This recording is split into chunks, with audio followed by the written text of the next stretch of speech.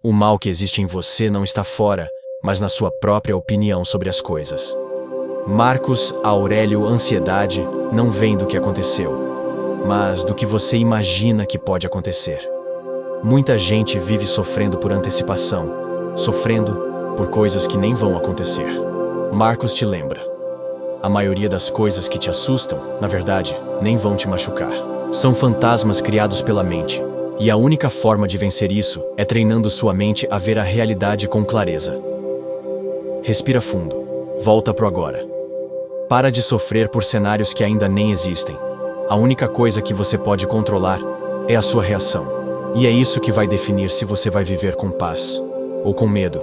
Se esse vídeo te ajudou a respirar fundo, curte, segue e marca alguém que anda perdido na própria cabeça.